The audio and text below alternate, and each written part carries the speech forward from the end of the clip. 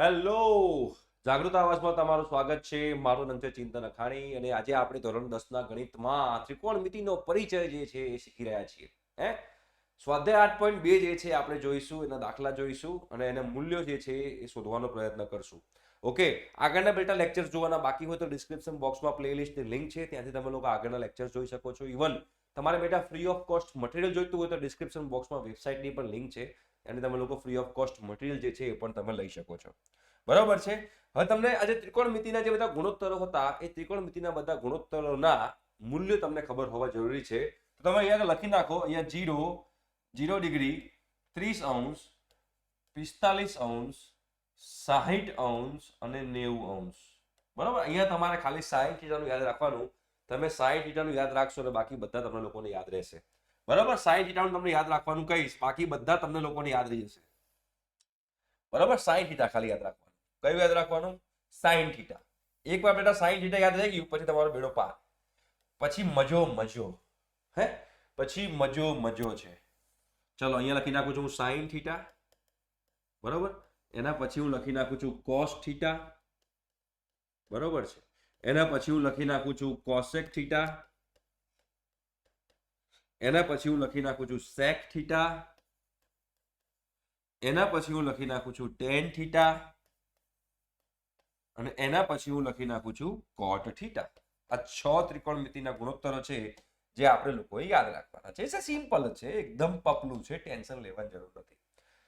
તો અહીંયા આગળ 0 મૂકી દો અને અહીંયા આગળ 1 મૂકી દો પહેલા તો. બરાબર, 0 ને 1, 0 ને 1, 0 આગળ 0 ને 1 આગળ 1, 90 ડિગ્રી આગળ 1. હવે યાદ રાખો 113 222. જો 113 113 અને 222, 113 222 વચ્ચે લીટું મૂકી દો. આમ વચ્ચે લીટું મૂકી દો તો લીટું મૂકી દીધું, અને અહીંયા વર્ગમૂળમાં મૂકી દો ને અહીંયા વર્ગમૂળ મૂકી દો. પતી ગયું, આ મૂલ્ય થઈ ગયા. એટલે કે સાઈન 0 નું મૂલ્ય 0 થાય, સાઈન 30 ડિગ્રીનું મૂલ્ય 1/2 થાય, સાઈન 45 ડિગ્રીનું મૂલ્ય 1/√2 થાય, સાઈન 60 ડિગ્રી જે છે એનું વર્ગમૂળમાં 3/2 થાય, અને સાઈન 90 ડિગ્રી જે છે 1 થાય. બરાબર, હવે આખું જે છે રિવર્સમાં લખી નાખો તો એ કોસ થઈ ગયું. મતલબ જે છેલ્લું હતું ને એ પહેલા મૂકી દો, છેલ્લેથી બીજું હતું પહેલાથી બીજું, વર્ગમૂળમાં 3/2. છેલ્લેથી ત્રીજું એ આગળથી ત્રીજું, એટલે 1/√2. એટલે તમે સમજી શકો છો સાઈન 45 ડિગ્રી અને કોસ 45 ડિગ્રીનું મૂલ્ય સરખું થશે. પછી શું આવશે? 1/2 અને પછી આવશે 0. જોયું? મેં જે સાઈન નું મૂક્યું હતું એનું એ જ આખું રિપીટ કર્યું, પણ પહેલું આ મૂક્યું, પછી આ મૂક્યું, પછી આ મૂક્યું, પછી આ મૂક્યું, પછી આ મૂક્યું, રિવર્સ કરી નાખ્યું. હવે કોસેક, કોસેક એટલે સાઈન નું વ્યસ્ત. તો 0 નું વ્યસ્ત શું થાય? અવ્યાખ્યાયિત કહેવાય, અનંત કહેવાય. અવ્યાખ્યાયિત પણ કહી શકો, અનંત પણ કહી શકો, તમારે જે કહેવું કહી શકો. તો અવ્યાખ્યાયિત પણ કહેવાય, અવ્યાખ્યાયિત, અથવા તો તમે અનંત પણ કહી શકો છો. સાઈન કોસેક એટલે સાઈન નું વ્યસ્ત. તો અહીંયા 1/2 છે તો વ્યસ્ત થાય 2. અહીંયા 1/√2 છે તો એનું વ્યસ્ત થાય વર્ગમૂળમાં 2. અહીંયા વર્ગમૂળમાં 3/2 છે તો એનું વ્યસ્ત થશે 2/√2/3, એટલે 1 નું વ્યસ્ત થાય 1. સિમ્પલ, 1 નું વ્યસ્ત થાય 1. ચાલો પછી બેટા સેક થીટા છે. તો સેક થીટા કોનું વ્યસ્ત છે? કોસ નું. તો 1 નું વ્યસ્ત 1, વર્ગમૂળમાં 3/2 છે અને લખાય 2/√3. 1/√2 છે એનું વ્યસ્ત થાય વર્ગમૂળમાં 2. 1/2 છે એનું વ્યસ્ત થાય 2, અને 0 નું વ્યસ્ત થાય અનંત, અવ્યાખ્યાયિત, તમે જે પણ કેવું કહી શકો છો. બરાબર, અનંત પણ કહી શકો છો બેટા, અને અવ્યાખ્યાયિત, અવ્યાખ્યાયિત પણ તમે લોકો કહી શકો છો, બિંદાસ, ગભરાયા વગર. ક્લિયર છે? ઓકે, હવે બેટા પાછા આપણે આગળ વધીએ. તો ટેન થીટા. તો ટેન થીટા જે છે બેટા, ટેન થીટાને આપણે સાઈન થીટાના છેદમાં કોસ થીટા કહી શકીએ છીએ. તો સાઈન થીટાનું મૂલ્ય અને કોસ થીટાનું મૂલ્યનો ગુણોત્તર કરો તો 0/1. તો 0/1 હંમેશા 0 થાય. 1/2 ના છેદમાં વર્ગમૂળમાં 3/2. જો 1/2 ના છેદમાં વર્ગમૂળમાં 3/2 થાય તો 2 2 કેન્સલ થઈ જાય, એટલે કે 1/√3 બચે. તો આ થઈ ગયું 1/√3. તો એવી જ રીતે tan 45 થાય તો 1/√2 ભાગ્યા 1/√2 બંને ઉડી જવાના છે, એટલે 1 આન્સર આવશે. એવી જ રીતે તમે tan 60 કરો તો tan 60 શું થાય? tan 60 એટલે કે sin ભાગ્યા cos, તો વર્ગમૂળમાં 3/2 છેદમાં 1/2. જો વર્ગમૂળમાં 3/2 ના છેદમાં 1/2, 2 2 કટ થઈ જાય. વર્ગમૂળમાં 3 ના છેદમાં 1 એટલે આપણે એને વર્ગમૂળમાં 3 કહી શકીએ. બરાબર. સાઈન tan 90 ડિગ્રી, tan 90 અંશ, તો સાઈન નો 90 અંશ 1 ભાગ્યા 0, 1 ભાગ્યા 0 તો અવ્યાખ્યાયિત કહેવાય. અવ્યાખ્યાયિત છે અથવા તો અનંત પણ તમે કહી શકો છો, તમારે જે કહેવું હોય તમે કહી શકો છો. હવે જે cot થીટા જે છે આખું આનો રિવર્સ કરી નાખો, આખું રિવર્સ કરી નાખો, એટલે જે છેલ્લું છે પહેલું મૂકી દો, એટલે કે અહીંયા થશે અવ્યાખ્યાયિત, અવ્યાખ્યાયિત અને અનંત. બરાબર, બેમાંથી તમારે જે કહેવું હોય. પછી વર્ગમૂળમાં 3 આવશે, પછી 1 આવશે, પછી 1/3 વર્ગમૂળમાં 3 આવશે અને પછી 0 આવશે. તો આ થઈ ગયું તમારું ટેબલ. જે ટેબલ તમારે લોકોએ યાદ રાખવાનું છે. રાત્રે 2 વાગે પણ તમારે કોઈ લાત મારીને જગાડીને બેઠા તો પણ આ બધા મૂલ્યો જે છે એ મૂલ્ય તમને લોકોને યાદ રહેવા જોઈએ. બસ ખાલી સાઈનનું યાદ રાખો, સાઈનનું યાદ રાખશો એટલે બાકી બધા જે છે તમે લોકો જાતે બનાવી શકશો. અને જ્યારે પણ એક્ઝામમાં તમે જાઓ તો એક્ઝામમાં જાતે બનાવીને જવાનું, એટલે માથાકૂટ થાય નહીં. અને આના બેઝ ઉપર જ આખો સ્વાધ્યાય 8.2 આના મૂલ્ય ઉપર જ છે.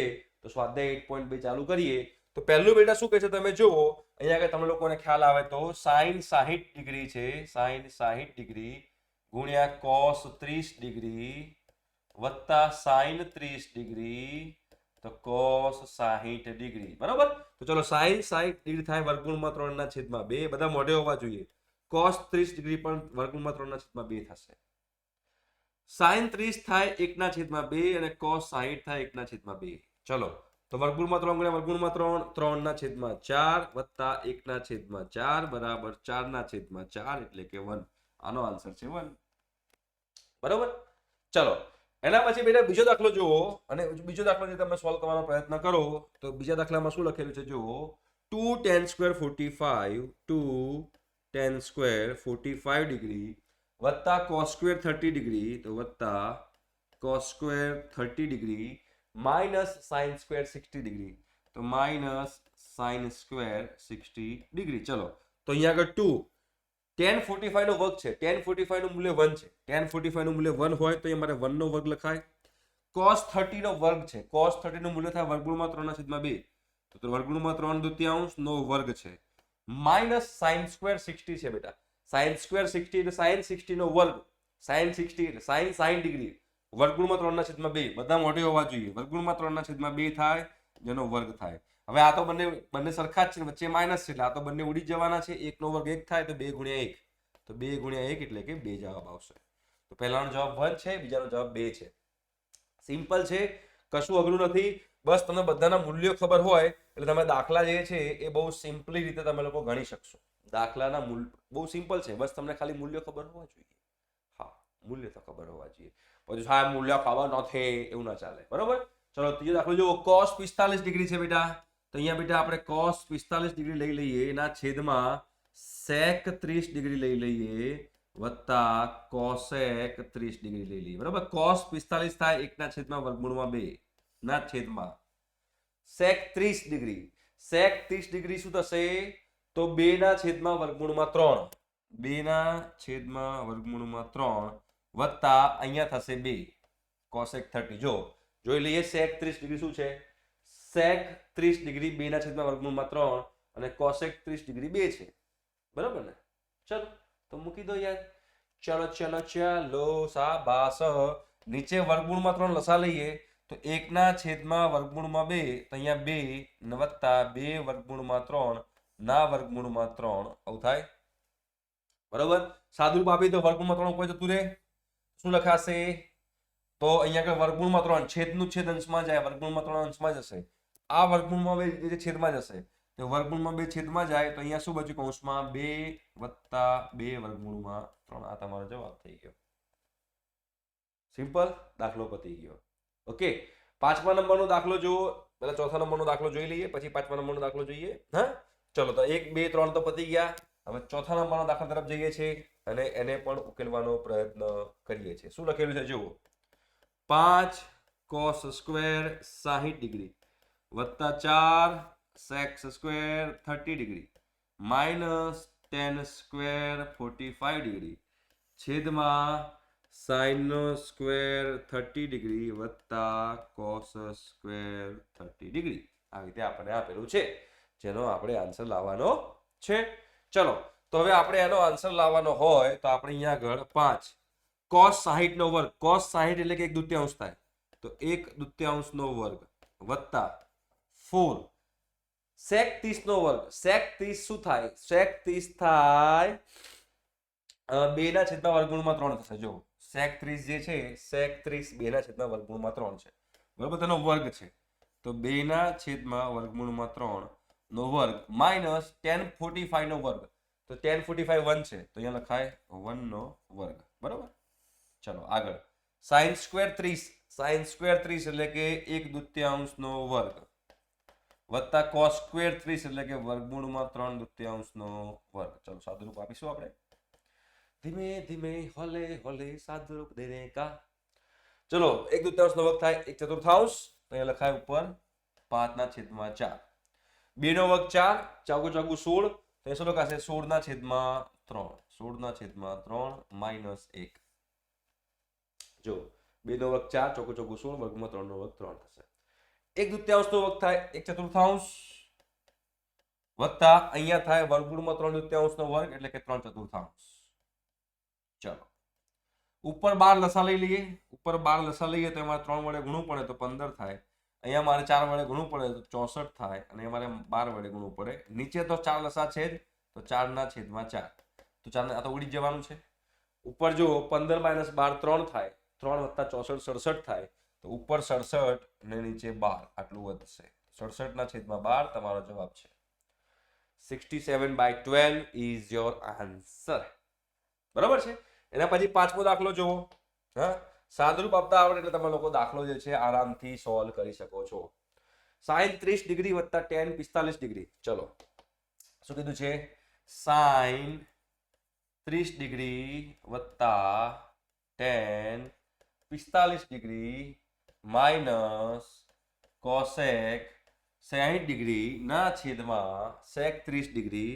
ઓકે, sec 30 ડિગ્રી વત્તા cos 60 ડિગ્રી માઇનસ વત્તા cot 45 ડિગ્રી. બરાબર, cot 45 ડિગ્રી છે. ઓકે, ચલો sin 30 ડિગ્રી એટલે કહેવાય 1/2, tan 45 એટલે 1 કહેવાય, બરાબર, અને cosec 60 જે છે એ થશે 2 ના છેદમાં વર્ગમૂળમાં 3 ના છેદમાં sec 30. બરાબર, જો sec 30 શું છે પાછું? 2 ના છેદમાં વર્ગમૂળમાં 3, તો મૂકી દો 2 ના છેદમાં વર્ગમૂળમાં 3, તો 2 ના છેદમાં વર્ગમૂળમાં 3. cos 60 એટલે 1 ના છેદમાં 2, અને cot 45 એટલે કે 1.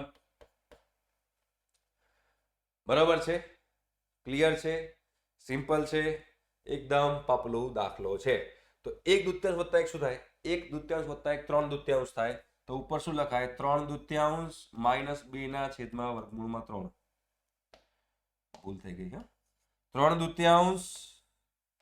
1/2 વત્તા 1 3/2 માઇનસ 2 ના છેદમાં વર્ગમૂળમાં 3 ના છેદમાં અહીંયા પણ 1/2 વત્તા 1 3/2 થાય, તો 3/2 વત્તા શું થશે?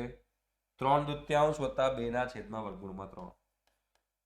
ઉપર લસા લઈ લો 2 વર્ગમૂળમાં 3, ઉપર લસા લઈ લો 2 વર્ગમૂળમાં 3 લસા લઈ લો. ચલો 2 વર્ગમૂળમાં 3 લસા, તો શું આવે? વર્ગમૂળમાં 3 અહીંયા ગુણાય, તો 3 વર્ગમૂળમાં 3 માઇનસ 4 ના છેદમાં અહીંયા પણ એવું થાય 3 વર્ગમૂળમાં 3 વત્તા 4 ના છેદમાં 2 વર્ગમૂળમાં 3. આ બંને કટ થઈ જાય. છેલ્લે બેટા શું બચ્યું? છેલ્લે કંઈક આવું બચ્યું, 3 વર્ગમૂળમાં 3 માઇનસ 4, નીચે 3 વર્ગમૂળમાં 3 વત્તા 4. દાખલો પતી ગયો. બરાબર, તો આ મૂલ્ય થઈ ગયું. મેં ઉપર બી લસા લીધો, નીચે બી લસા લીધો. ઉપર અહીંયા લસા લીધો, બરાબર છે, એ લસા લઈ અને પછી નીચે પણ લસા લીધો, અને બંને લસા સેમ જ હતા, એટલે ઉપર આ બચ્યું, નીચે આ બચ્યું. દાખલો પતી ગયો. રાઈટ. તો આજના લેક્ચર માટે રાખીએ છીએ. બીજા માટે મળીશું, પણ એના માટે તમારા ઉપર છે નેક્સ્ટ લેક્ચરમાં, જેમાં આપણે આગળનો દાખલા જોઈશું. ઓકે, આવો ફટાફટ next lecture. Thank you so much. By.